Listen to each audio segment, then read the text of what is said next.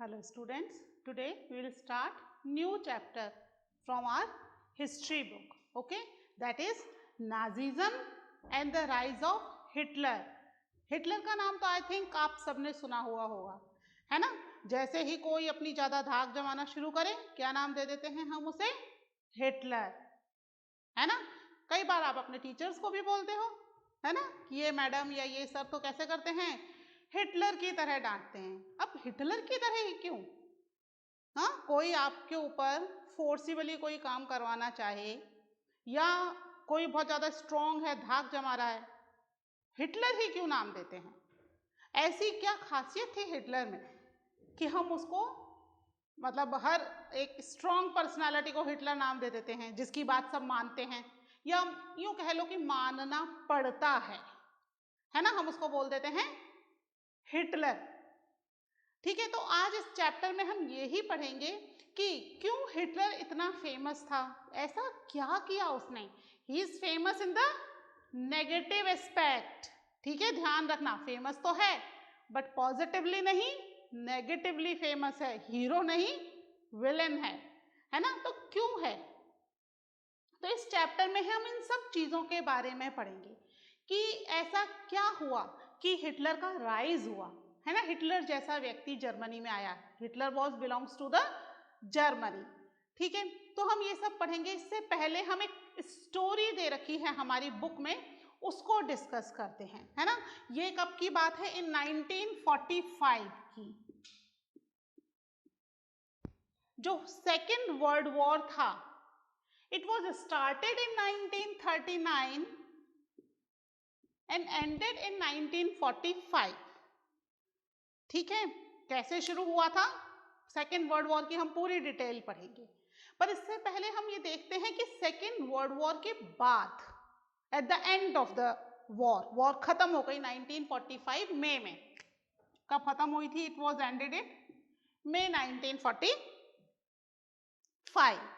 ठीक है, तो ये जब वॉर खत्म हो गई उस समय पूरी जर्मनी में जो भी लोग नाजीज्म पढ़ रहे हैं ना, नाजीज्म क्या था? It was the party of Hitler. Nazi जो थी हिटलर की पार्टी थी, पार्टी का नाम था। जो भी व्यक्ति हिटलर को सपोर्ट करता था, that all were known as the Nazi people. सब नाजी पीपल के नाम से जाने जाते थे। तो सेकेंड वर्ल्ड वॉर खत्म होने के बाद पूरी जर्मनी में, specially the people those who belongs to the Nazi party, इन सब में एक बहुत डर था, क्योंकि सेकेंड वर्ल्ड वॉर के एंड में 1945 में Germany was defeated by the allies group. दो ग्रुप थे इस समय, एक था अलाइज, है ना, अलाइज वर्सेस एक्सिस। ये दो ग्रुप थे, एक अलाइज था और एक एक्सिस था। अलाइज में कौन था? It was UK, United kingdom, Britain, ठीक है, फिर फ्रांस। ठीक है, शुरुआत इन दोनों के साथ वॉर से हुई और बाद में in 1941 they were joined by USSR and USA, यानी रशिया एंड अमेरिका। इन्होंने इनको 1941 में ज्वाइन कर लिया था। तो एक्सिस में कौन था? एक्सिस में हम पढ़ेंगे अबाउट द जर्मनी, है ना, जहां के हिटलर थे। जर्मनी के साथ कौन था इसका फ्रेंड? इटली एंड जापान, है ना। इन्होंने ट्रिपाटाइट पैक्ट बनाया था, जिसके थ्रू ये तीनों मिलकर के यूके और फ्रांस के ऊपर कंट्रोल करना चाह रहे थे, और शायद कर भी लेते अगर यूएसएसआर और यूएसए यहां पर इंटरफेयर नहीं करते। We are talking about the Second world War, है ना। हम सेकेंड वर्ल्ड वॉर की बात कर रहे हैं, डोंट कंफ्यूज। दो वर्ल्ड वॉर हो चुके हैं अभी तक। फर्स्ट वर्ल्ड वॉर 1914 से लेकर के 1918 तक, एंड सेकेंड वर्ल्ड वॉर 1939 से 1945 5 तक, ठीक है। तो यहाँ पर ये दो ग्रुप थे, दो ग्रुप फर्स्ट वर्ल्ड वॉर में भी थे, अलाइज एज इट इज ही था, लेकिन एक्सिस की जगह इस समय इस ग्रुप को सेंट्रल पावर बोला जा रहा था, है ना। तो हम तो अभी सेकेंड वर्ल्ड वॉर के बारे में पढ़ते हैं, ओके। तो ये कंट्रीज थी। अब इन कंट्रीज ने, क्योंकि यहाँ पर यूएसएसआर और यूएसए ये दो बहुत बड़ी पावर्स थी, इन्होंने इन्हें डिफीट कर दिया। डिफीट करने के बाद अब क्या होगा, जो हार गया उसे पनिशमेंट मिलेगा, वॉर का गिल्ट उसके ऊपर थोपा जाएगा और उसको पनिश किया जाएगा। लेकिन यहाँ पे केवल उस पनिशमेंट का डर नहीं था, यहाँ पे डर उस पनिशमेंट का था जो काम जर्मनी के अंदर नाजी ने किए थे। नाजी पार्टी वालों ने हिटलर के साथ मिलकर या हिटलर के ऑर्डर पर किए थे। उन्हें लग रहा था कहीं हमारे साथ वैसा ना हो जैसा हम लोगों ने मतलब नाजीज ने दूसरे लोगों के साथ किया था। क्या किया था, इसको एक स्टोरी से समझते हैं। यहां पर एक बच्चा है, इसका नाम है हेलमट, है ना। Helmont he is a child, एक छोटा सा बच्चा है 8-9 साल का। वो सुन रहा है कि उसके मदर एंड फादर, उसके पेरेंट्स, वो दोनों कुछ डिस्कस कर रहे हैं। बच्चे होते हैं ना, लेट जाते हैं, लगता है सो गए और मम्मी पापा बात कर रहे हैं, सुनते रहते हैं लेटे लेटे, कोई दिक्कत नहीं, ठीक है। तो यहाँ हेलमट भी लेटा हुआ है, मम्मी पापा को लगा सो गया, and they start discussing the problems. क्या प्रॉब्लम डिस्कस कर रहे हैं इसके पेरेंट्स, वो कह रहे हैं कि क्या किया जाए, क्या पूरी फैमिली को हम मार दें या ऐसा करें कि हेलमट के फादर जो हैं वो अकेले ही सुसाइड कर लें। इस तरह का डिस्कशन पेरेंट्स कर रहे हैं हेलमट के। सोचो बच्चे पर क्या गुजर रही होगी, छोटा सा बच्चा सुन रहा है उसकी मम्मी पापा बात कर रहे हैं अबाउट द डेथ, कि कैसे मरा जाए, या तो हम सब मर जाएं इंक्लूडिंग हेलमट, हेलमट भी तो उनकी फैमिली का हिस्सा है ना, या पापा अकेले सुसाइड कर लें। तो ही वॉज स्केयर्ड कि क्या डिस्कशन हो रहा है, ठीक है। सेकेंड डे उसको उसके पापा हेलमट को उसके फादर जो हैं वो घुमाने ले गए, वहां पर उन्होंने खूब मस्ती की, गाने वाने गाए। That was the happiest day of Helmut's life, जब उसने अपने पापा के साथ बहुत अच्छा समय स्पेंड किया। और उसके नेक्स्ट डे उसके फादर ने अपने आप को अपने ऑफिस में शूट कर लिया, सुसाइड कमिट कर लिया हेलमट के फादर ने, है ना। और हेलमट को याद आ रही थी वो बात भी, जब उसके फादर की जो यूनिफॉर्म थी, उस यूनिफॉर्म को ब्लड से सनी हुई, सुसाइड किया उस यूनिफॉर्म में ही, तो पूरी यूनिफॉर्म ब्लड से सन गई थी। तो उस पूरी यूनिफॉर्म को, ब्लडी यूनिफॉर्म को उनके घर के ही फायर प्लेस में चुपचाप जला दिया गया, ठीक है। जर्मनी एक्चुअली यूरोप में है, आपको पता है ना, वहां ठंड ज्यादा होती है, तो हर घर में एक फायर प्लेस होता है, एक जगह होती है जहां पर वो लोग लकड़ियां वगैरह जला देते हैं, थोड़ा गर्माहट रहे रूम के अंदर, है ना। तो उस फायर प्लेस में चुपचाप हेलमट के फादर की यूनिफॉर्म को जला दिया गया। इससे हेलमट बहुत ज्यादा डर गया, उसे वो डिस्कशन पता था, है ना, उसने सुन लिया था कि मम्मी पापा डिस्कस कर रहे हैं कि पूरी फैमिली को ही मार दिया जाए। तो हेलमट को लगा अब मम्मी खुद भी सुसाइड कर लेगी और हेलमट को भी मार देगी। इस डर से अगले कई सालों तक हेलमट ने अपने घर पर खाना नहीं खाया, कि कहीं ऐसा ना हो मम्मा मुझे पॉइजन दे दे, मैं मर जाऊं और फिर उसके बाद मदर भी सुसाइड कर लेगी। यही तो डिस्कशन चल रहा था मम्मी पापा में कि भाई पूरी फैमिली को मार दिया जाए। इस डर से हेलमट ने कई सालों तक अपने घर में खाना भी नहीं खाया। He was scared. एक छोटा सा बच्चा अगर ऐसी बात सुने, क्या उसके ऊपर गुजर रही होगी, ऐसा क्या कर दिया। हेलमट के जो फादर थे, he was the head of one type of programme जिसमें कुछ मेंटली और डिसेबल लोगों को ले जा करके मार दिया जाता था। अब यहां पर केवल सिंपल मारा नहीं जाता था, उनको मारने का तरीका वॉज वेरी वेरी कह सकते हैं कि इसको बहुत ज्यादा पेनफुल था। इतना ज्यादा पेनफुल कि उस डर से हेलमत के फादर को लग रहा था कि जैसे मैंने उन लोगों को मारा है, अब अलाइज ग्रुप जो है वो हमें वॉर का पनिशमेंट देगा और सेम उस तरीके से, जिस तरीके से हमने दूसरे लोगों को मारा, उस तरीके से ही मुझे भी मारा जाएगा। केवल इस डर से हेलमत के फादर ने खुद ही सुसाइड कर लिया।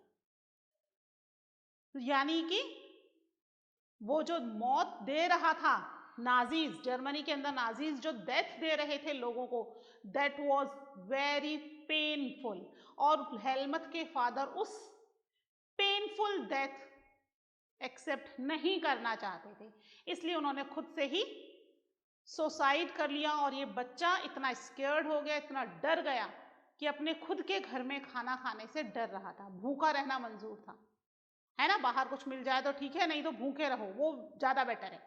उसको लग रहा था कि मार दिए जाएंगे, कौन मरना चाहता है अपने आप से, बट हेलमत के फादर अपने आप से, उन्होंने अपने आप को मार लिया। ऐसा ही माना जाता है हिटलर के बारे में भी, कि हिटलर ने भी अपने प्रोपोगंडा मिनिस्टर्स, प्रोपोगंडा मतलब जो बातों को सब तरफ, मतलब किसी भी चीज का वो बताते हैं, लोगों को बताते हैं कि भाई इसने ये अच्छे काम किए हैं, है ना, तो अपने प्रोपोगंडा मिनिस्टर गोबेल, उनके साथ मिलकर के हिटलर ने भी अप्रैल में एक बंकर में सुसाइड कर लिया था। ठीक है, और फिर उसके सुसाइड करने के बाद, हिटलर के सुसाइड करने के तुरंत बाद ही मई में पूरी नाजी पार्टी ने, या हम कह सकते हैं कि एक्सेस फोर्सेस ने सरेंडर कर दिया। ठीक है, तो ये आप एक बार इन पार्टीज के नाम तो आप नोट कर लेना कि एलाइज वर्सेस एक्सेस में कौन कौन सी कंट्रीज थी, है ना, यूके एंड फ्रांस थी, बाद में यूएसएसआर और यूएसए ने इसको ज्वाइन किया था, और यहां पर तो ये 3 मेन कंट्रीज थी। ठीक है, फर्स्ट वर्ल्ड वॉर की कंट्रीज अलग थी। ठीक है, थोड़ा सा उसमें चेंजेस है, ये मत सोचना कि फर्स्ट वर्ल्ड वॉर और सेकेंड वर्ल्ड वॉर में सेम कंट्रीज पार्टिसिपेट कर रही थी, दोनों के सर्कमस्टेंसेस वाज डिफरेंट, है ना, दोनों की मेन कंट्रीज तो सेम ही थी, लगभग यूके, फ्रांस और जर्मनी, ये तो लगभग सेम ही थी, बट और काफी सारे चेंजेस थे। बट ये सेकेंड वर्ल्ड वॉर की कंट्रीज आपको नोट डाउन करनी है। ठीक है, आप इसको नोट डाउन कर लीजिए। फिर हम देखते हैं कि ऐसा क्यों हुआ, क्यों वो लोग इतना डर रहे थे, है ना, इनके डरने के पीछे रीजन क्या था, क्या किया था नाजी पार्टी ने। ठीक है, आप इनको नोट कीजिए।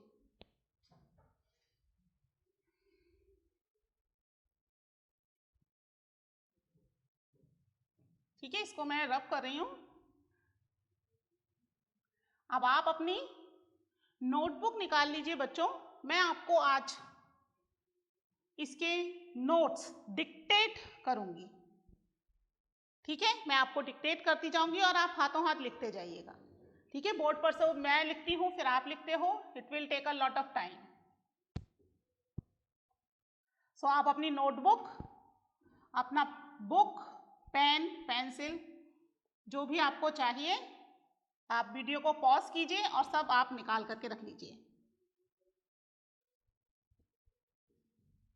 फिर मैं आपको डिक्टेट करना शुरू करती हूँ and then you write it. Okay, तो हम पढ़ेंगे आज अबाउट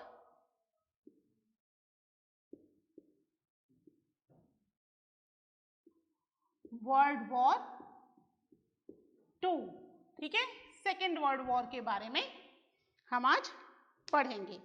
ठीक है, तो आप फटाफट कीजिए, क्या करना है आपको, अपनी नोटबुक निकाल लीजिए, बुक ओपन कर लीजिए, हिटलर का चैप्टर। ठीक है, एंड अपना पेन जो भी है दैट कैन यूज। चलिए लिखिए, इसमें मैं आपको डिक्टेट करती जा रही हूं। ठीक है, इन 1945, इन मई 1945, है ना, जब क्या हुआ था, सेकेंड वर्ल्ड वॉर खत्म हो गया था। कब खत्म हुआ है, मई 1945 में इट वॉज एंडेड। ठीक है, तो in May 1945 Germany surrendered to the allies. ठीक है, जर्मनी ने सरेंडर कर दिया, किसके आगे, to the allies, allies party के आगे सरेंडर कर दिया। ठीक है, अब जब उन्होंने सरेंडर कर दिया तब फिर क्या होगा, अब एक ग्रुप जो जीत गया मीन्स अलाइज, जो हार गया एक्सिस, उसके लिए उन्होंने एक बाकायदा एक सोसाइटी बनाई, एक ट्रिब्यूनल बनाया जो कि चेक करेगा कि इन्होंने क्या क्या क्राइम किए थे। ठीक है, लिखिए इसमें second point, eight the end of the war an international military tribunal. ठीक है, क्या बना, इंटरनेशनल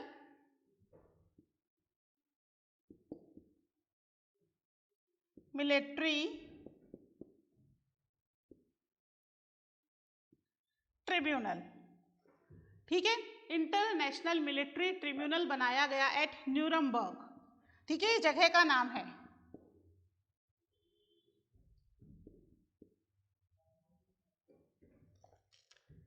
ठीक है, लिखिए, at the end of the war an international military tribunal at Nuremberg was set up to prosecute Nazi, NAZI, Nazi है ना, Nazi war criminals for crime against peace, for war crime and crime against humanity.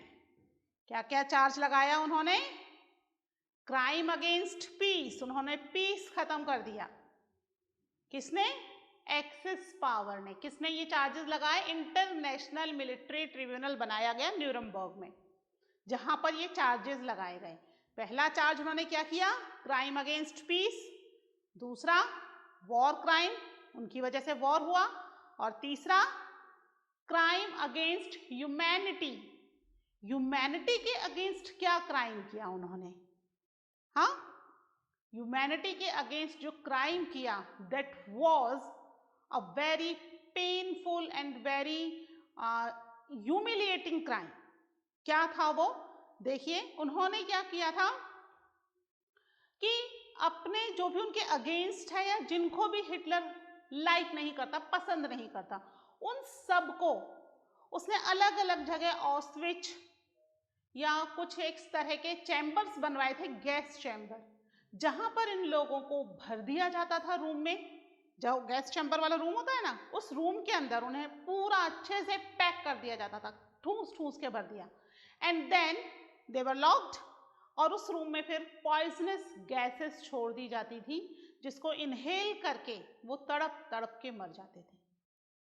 ठीक है, that is crime against humanity. आप किसी को मार रहे हो वो अलग चीज है, आप उसको इतना तड़पा के मार रहे हो, है ना, उसको इनहेल करेगा, फिर वो गैस के रिएक्शंस होंगे उसके, और फिर उसके बाद क्या करा आपने, एकदम पैक कर दिया, वो तड़प भी नहीं सकते ढंग से, इस तरीके से आपने उनको डेथ दी। इसीलिए हेलमथ के फादर ने सोचा कि कहीं ऐसा ना हो कि ये जो मिलिट्री ट्रिब्यूनल बना है ये हमें भी इस तरीके से ही डेथ दे, इसलिए उन्होंने क्या किया, सुसाइड करना पसंद किया, है ना। नेक्स्ट थर्ड पॉइंट लिखिए, under the shadow of second world war Germany had waged a genocidal war, है ना। जेनोसाइडल वॉर क्या होती है,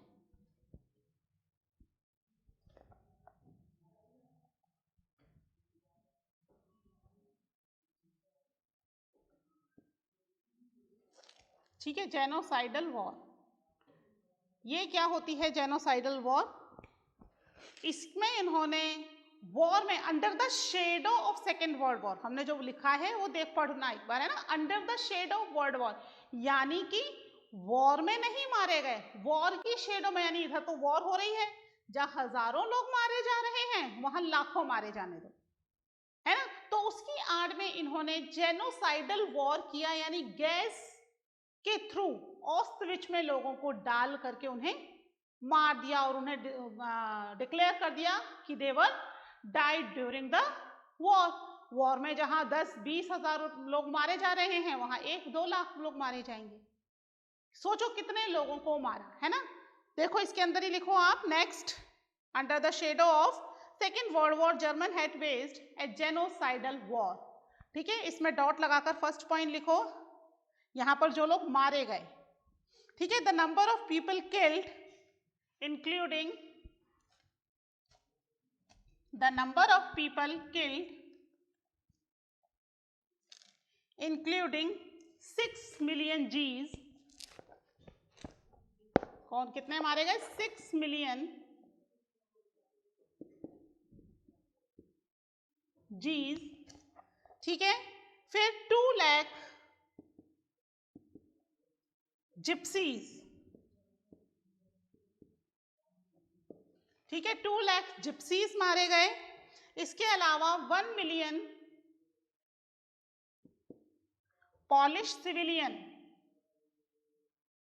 क्या क्राइम था उनका? देवर पॉलिश, ठीक है, पॉलिश सिविलियन मारे गए 1 मिलियन। इसके अलावा 70,000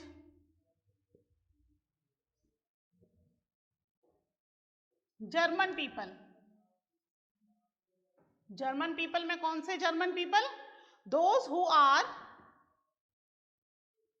देखो, those who are mentally and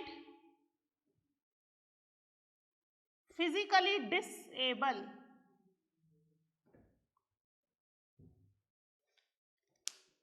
ठीक है। कितने लोग मारे गए during the war? The number of the people killed including 6 million Gs, 2 lakh gypsies, 1 million Polish civilians and 70,000 German people. German people में कौन से? Those who are mentally and physically disabled, है ना, मेंटली सोचने समझने की शक्ति नहीं हो, है ना, और फिजिकली किसी का हाथ, किसी का पैर, कुछ भी टूटा हुआ हो, है ना, फिजिकली डिसेबल लोगों को भी इसने मारा। और हेलमथ के father was the incharge of this group, last वाले ग्रुप को मारने के इंचार्ज थे हेलमथ के फादर। इतने सारे लोगों को मारा था, that's why he was scared, है ना, he was one of the important Nazi leader, ठीक है। फिर देखिए इसी में ही आगे लिखिए, जर्मन ये हो गया ना, mentally disable and innumerable political opponent, ठीक है। इसके अलावा और किस किस को मारा था? पॉलिटिकल अपोनेंट,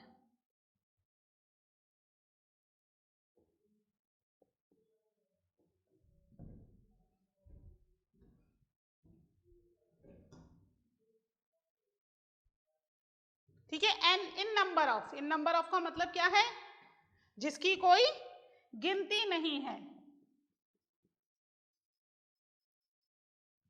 है ना। कितने पॉलिटिकल अपोनेंट को मारा? कोई गिनती ही नहीं है। इतने सारे पॉलिटिकल अपोनेंट्स को भी इन्होंने मारा था, ठीक है। किसके अंडर में? Under the shadow of second world war, की सेकेंड वर्ल्ड वॉर चल रहा है, जहां बहुत सारे लोग मारे गए, वहां ये लोग भी इसी वर्ल्ड वॉर के ड्यूरिंग इनकी डेथ हो गई, ठीक है। देखिए नेक्स्ट पॉइंट लिखिए इसी के अंदर, नाजी डिवाइस्ड, कैसे मारा? लिखिए, Nazi devised an unprecedented means of killing, unprecedented, UNPRECEDENTED, ठीक है। Unprecedented means of killing people by gassing them in various killing centres like Auschwitz, ठीक है, like ऑस्टविच,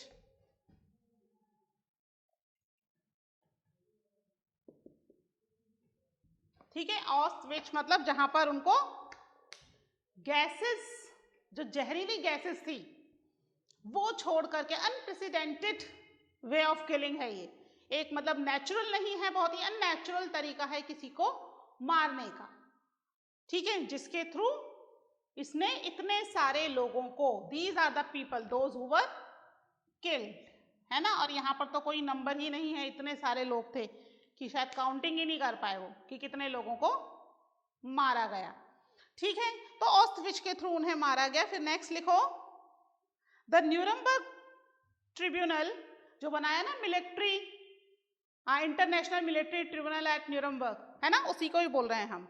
the Nuremberg tribunal sentenced only 11 leading Nazis, only 11 leading Nazis to death. Many others were imprisonment for life. ठीक है, यहां पर कितनों को दिया गया? केवल 11 लीडिंग नाजीज को, केवल 11 लीडिंग नाजीज को क्या दिया गया? Death sentence. बाकी लोगों को इम्प्रिजनमेंट फॉर लाइफ, मारा नहीं गया, जेल में भेज दिया गया फॉर लाइफ। इतना बड़ा क्राइम करने के बाद इतनी कम पनिशमेंट, केवल 11 लीडिंग नाजीज को ही पनिशमेंट दी गई, बाकी जो उनके सपोर्टर्स या दूसरे मेन लीडर्स वगैरह था उन सबको इम्प्रिजनमेंट फॉर लाइफ दे दिया गया। ऐसा क्यों किया? क्यों इतना कम पनिशमेंट दिया गया जबकि इनका क्राइम वॉज वेरी बिग? है ना, छोटा मोटा क्राइम है कि इतने लोगों को मारना? कुछ नंबर ऑफ पीपल थे, है ना, गिनती के लोग होते हैं लीडर्स जो कंट्री पे रूल करते हैं।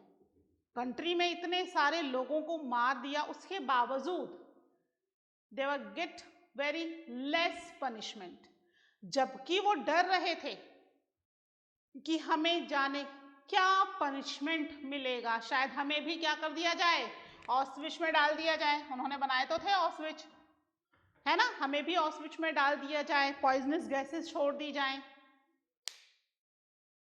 जो हमने इतने सारे लोगों के साथ किया, शायद हमारे साथ भी वैसा ही हो। इस वजह से ये 11 लीडिंग नाजी लीडर्स तो बचे थे, है ना। बाकी के बहुत सारे, हेलमथ के फादर की तरह बहुत सारे लोगों ने क्या किया, अपने आप को मार लिया। जैसे कि हेलमथ के फादर एक थे, फिर हमने देखा कि हिटलर के साथ उसके propaganda minister Goebbels, he was also one of the important leader, है ना। तो उसने भी क्या कर लिया हिटलर के साथ, सुसाइड कर लिया। किस डर से? इस डर से, इस तरह की मौत नहीं चाहते थे वो ऑस्विच के थ्रू।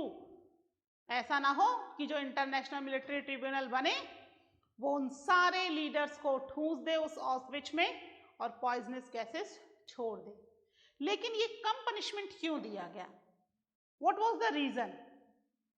हाँ, कुछ तो रीजन होगा। इतना बड़ा क्राइम करने के बाद फिर उसमें भी यूएस, यूके, फ्रांस, यूएसएसआर जैसी बड़ी कंट्रीज, है ना, इनको पता चल गया कि इतना बड़ा क्राइम किया है। उसके बावजूद Germany got very less punishment. वो इसलिए क्योंकि फर्स्ट वर्ल्ड वॉर के बाद जो उन्हें पनिशमेंट दिया गया था, तो कहीं ऐसा ना हो कि उस फर्स्ट वर्ल्ड वॉर के बाद दिए गए पनिशमेंट की वजह से क्या हुआ, राइज ऑफ हिटलर हुआ। तो कहीं नया हिटलर ना आ जाए सेकेंड वर्ल्ड वॉर के बाद दिए गए पनिशमेंट की वजह से, तो फिर थर्ड वर्ल्ड वॉर करना पड़ जाएगा, है ना। क्योंकि कितना लंबा चला है वर्ल्ड वॉर, 19 कब से शुरू हुआ, 1939 टू मई 1945, इतना लंबा चला। पहले ही फर्स्ट वर्ल्ड वॉर बहुत लंबा था, फिर सेकेंड वर्ल्ड वॉर में भी इतना लंबा समय लगा। वॉर में केवल लोगों की जानें ही नहीं जाती, बहुत ज्यादा प्रॉपर्टी, रिसोर्सेज, इसका भी नुकसान होता है ना। तो वो नहीं चाहते थे कि एक और हिटलर का राइज हो। तो ऐसा क्या पनिशमेंट दिया था यहाँ पर अलाइज पावर ने कि हिटलर का राइज हुआ? That we will discuss in the next lecture. Okay, till then take care, bye.